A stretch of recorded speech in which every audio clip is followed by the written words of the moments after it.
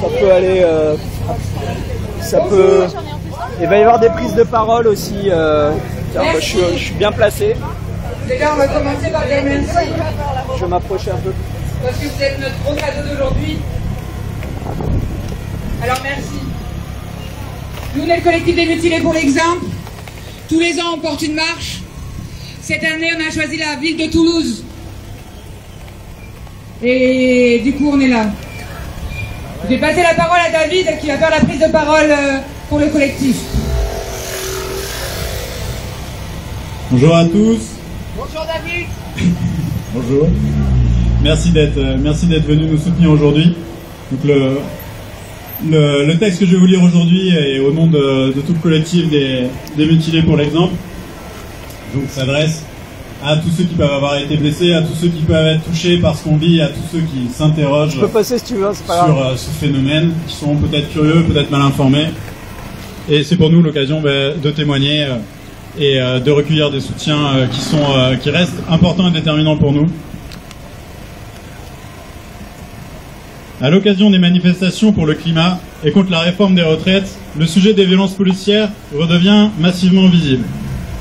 De nouveaux blessés graves sont à déplorer chaque semaine. Les citoyens s'aperçoivent qu'il n'y a pas de « si je suis prudent, il ne m'arrivera rien ». Votre sort en manifestation dépend avant tout de ce qu'en décidera la police. Peut-être que les mutilés gilets jaunes n'étaient finalement pas les casseurs tueurs de flics que le gouvernement a décrits. En quelques années, blesser un manifestant qui était autrefois considéré comme un dommage collatéral est devenu un moyen parmi d'autres de répondre à un mouvement social. Ce nouveau moyen est assumé et banalisé par ses auteurs. Allez-y franchement, ça les découragera de revenir samedi prochain. L'épisode de Sainte-Soline a été un exemple déchirant. Si l'on en croit à l'intérieur, il y avait un gendarme pour 2 manifestants et ils ont tiré 5000 grenades, soit presque une grenade par manifestant. D'après les vidéos, ils ont tiré à l'aveugle au LBD depuis des quads et ont empêché la prise en charge des blessés. Le résultat se compte en centaines de blessés, des dizaines gravement, et 2 urgences vitales. Ce bilan est d'autant plus incroyable qu'il ne répondait à aucune nécessité. En l'absence de policiers, les manifestants auraient pu tout au plus abîmer des monticules de terre. Or, s'il n'y avait eu aucun policier, il n'y aurait eu aucun blessé. Est-ce qu'empêcher des manifestants de marcher dans une méga bassine vide valait ce bilan humain? Oui, pour le gouvernement. L'objectif n'était pas de protéger de la terre, mais de réprimer un mouvement avant qu'il ne prenne de l'ampleur. D'où l'ouverture des hostilités par les policiers et la débauche de moyens. Avec les LBD, l'État habitue les forces de l'ordre à tirer sur la population. Ce geste symbolique brise un tabou. Les policiers nous voient désormais comme des cibles, comme ceux de l'autre camp, comme des ennemis.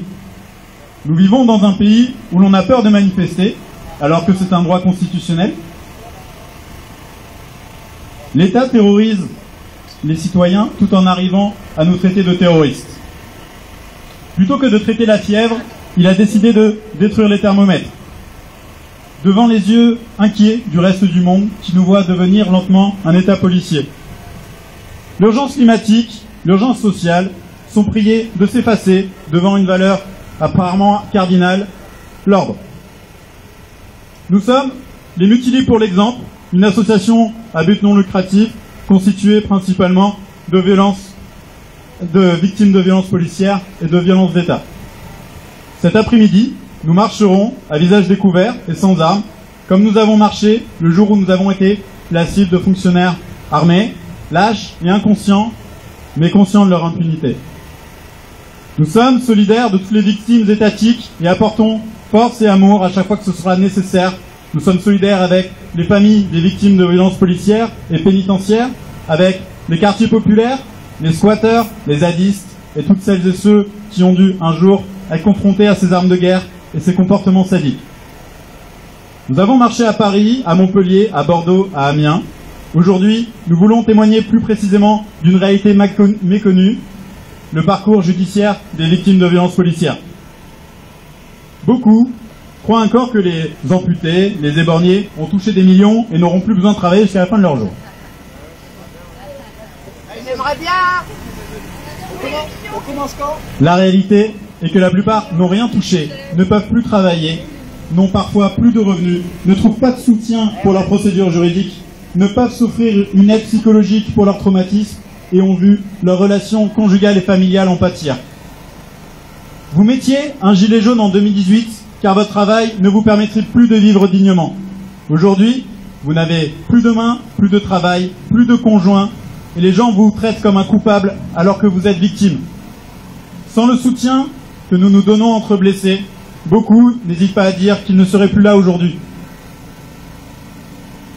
L'historique montre malheureusement qu'obtenir des réparations prend un temps complètement déconnecté du réel des victimes. En février 2023, l'État a été condamné à verser 72 900 € à un mineur qui a été éborgné lors d'une opération pendant le mondial de football 2018, 5 ans pour obtenir réparation. En 2019, l'État est condamné à verser 47 700 € à Florent Castinera, éborgné pendant une opération en marge d'un match de football en 2012, 7 ans pour obtenir réparation.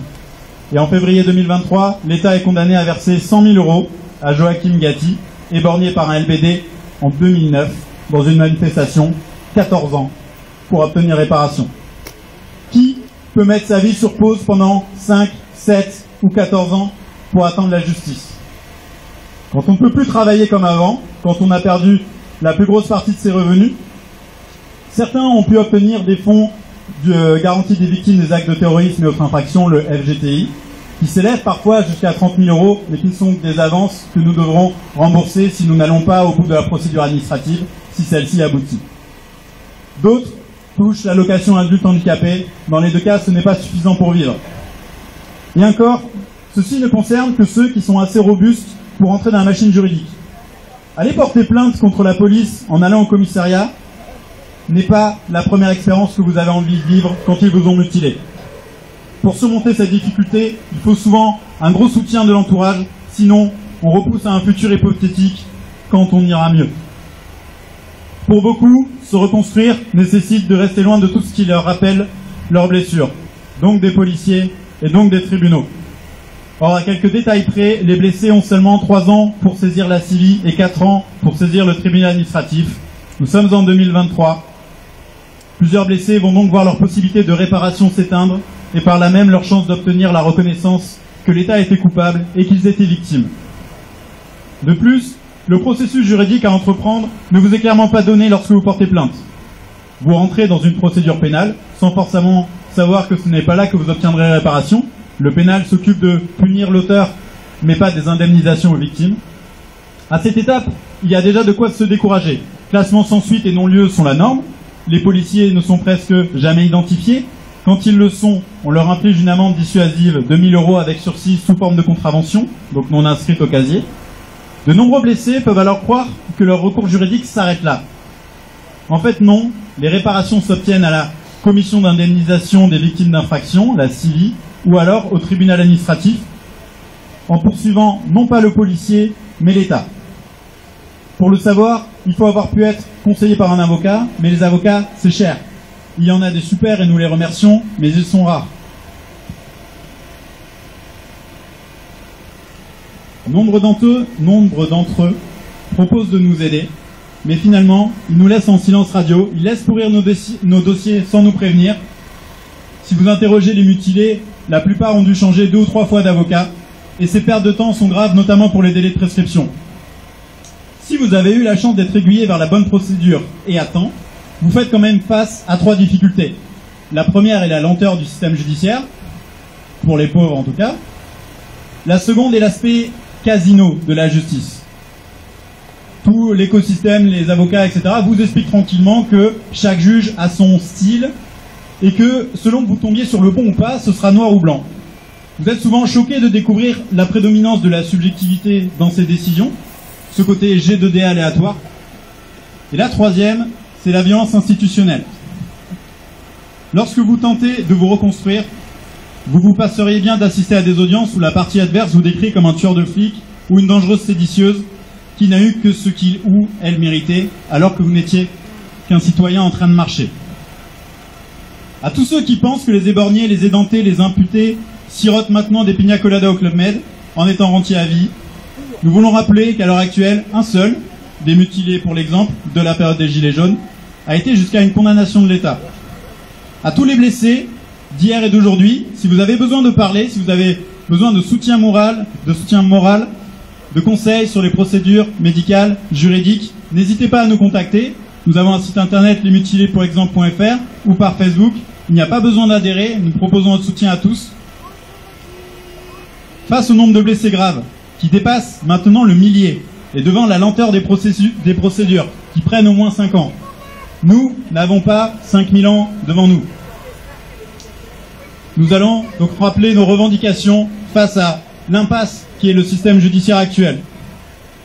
Premièrement, la priorité absolue est de cesser de provoquer de nouvelles blessures. Retirer les armes de guerre qui n'ont rien à faire dans du maintien de l'ordre. La population n'est pas un ennemi. La plupart des démocraties dignes de ce nom n'utilisent pas ces armes et ça se passe très bien. Il n'y a rien à inventer. Il suffit juste de copier les bons élèves et pas les dictatures. Deuxièmement, avant de réparer les torts, il faut reconnaître qu'il y a eu des torts. Nier les violences policières est insupportable dans un état de droit. Une parole gouvernementale doit reconnaître qu'il y a bien eu des violences policières et doit faire en sorte de les dissuader. Avoir des vrais moyens de les identifier et des vraies sanctions lorsqu'elles sont avérées. Enfin, pour toutes les victimes de ces armes de guerre, de ces pratiques illégales, de ces violations des droits, nous réclamons un statut de victime de facto et automatiquement associé à une réparation cohérente avec les dommages subis. Merci.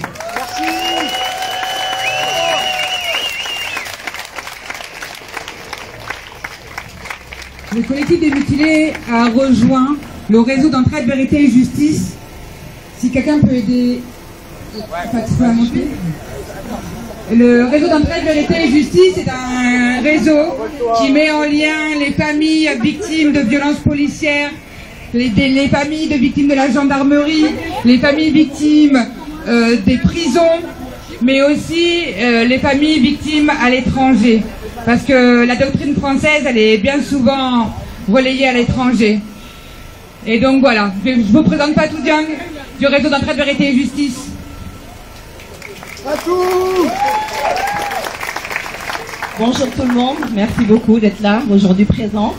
Donc je m'appelle Fatou Dieng du comité Vérité et Justice pour Lamine Dieng, du collectif Vivolé et tous deux membres du réseau d'entraide, vérité et justice. Donc le réseau d'entraide, vérité et justice est un ensemble de collectifs d'ici et là-bas, de différentes régions, qui marchent et luttent ensemble depuis plus de 10 ans face à un État de plus en plus autoritaire et répressif. Des collectifs de personnes mutilées et blessées par les forces de l'ordre, comme l'Assemblée des blessés, les mutilés pour l'exemple, désarmons-les, de familles de victimes tuées par la prison, la police, la gendarmerie, des familles qui ont perdu un proche suite à des disparitions forcées, comme au Mexique ou au Brésil, des collectifs féministes, antifascistes, antiracistes, anti-répression et contre les violations des droits humains. Un long travail de terrain, de nombreuses rencontres et d'échanges, de partage de la douleur, de la colère, la même ténacité face à une justice défaillante qui nous ont conduits à vouloir donner forme et force à notre combat commun. Pour afficher cette volonté d'union, de soutien et de solidarité mutuelle, nous, victimes, avons décidé de nous constituer en réseau d'entraide, vérité et justice. Quelques membres du réseau d'entraide, vérité et justice sont présentes aujourd'hui, comme les mutilés pour l'exemple, le collectif Justice-Vérité pour Babacar Gueye, le comité Vérité et Justice pour Lamine Dieng, le collectif Vivolé et le comité Vérité et Justice 31. Nous dénonçons haut et fort ensemble les violences et crimes d'État, c'est-à-dire policiers, pénitentiaires, judiciaires, psychologiques, qui se perpétuent dans les anciennes colonies, les quartiers, les manifestations, les prisons, les stades, la brutalité, les répressions, les harcèlements judiciaires, les menaces des agents assermentés qui sont censés nous protéger et nous servir s'amplifient. Nous ne sommes pas les oubliés des réformes des retraites. Nous sommes toutes et tous concernés. Ces violences et crimes durent depuis des décennies et évoluent et s'étendent envers toute la population dès lors que nous contestons le pouvoir. Nous devons changer ce système. Nous pouvons le faire qu'en prenant les mesures appropriées pour notre avenir et pour notre survie et l'avenir. Les discours paternalistes moralisateurs du gouvernement, du pouvoir, où qu'ils se trouvent. Ce qu'on veut aujourd'hui, ce sont des actes, une justice égale pour toutes et tous, que la loi s'applique aussi pour l'État policier. Nos proches ont été tués, blessés, mutilés, sous les coups de l'État français. L'impact de ces violences ne se résout pas dans l'instantanéité, ni d'un coup de baguette magique. Ces traumatismes ne s'effacent pas du jour au lendemain. Nos corps, nos esprits sont marqués à vie par ces violences institutionnelles. De nombreuses femmes, mères, tantes, épouses, sœurs, filles, qui luttent pour la vérité, la justice et la réparation, sont aussi des cibles de cette réforme des retraites. Comment travailler jusqu'à 64 ans si notre corps ne répond pas aujourd'hui? Vérité, justice et réparation pour toutes les victimes des violences, des crimes et du racisme d'État. Réparation, force, courage, détermination et amour pour les mutilés et les blessés. Une grande pensée et un soutien à Sainte-Soline et à toutes les victimes. Merci.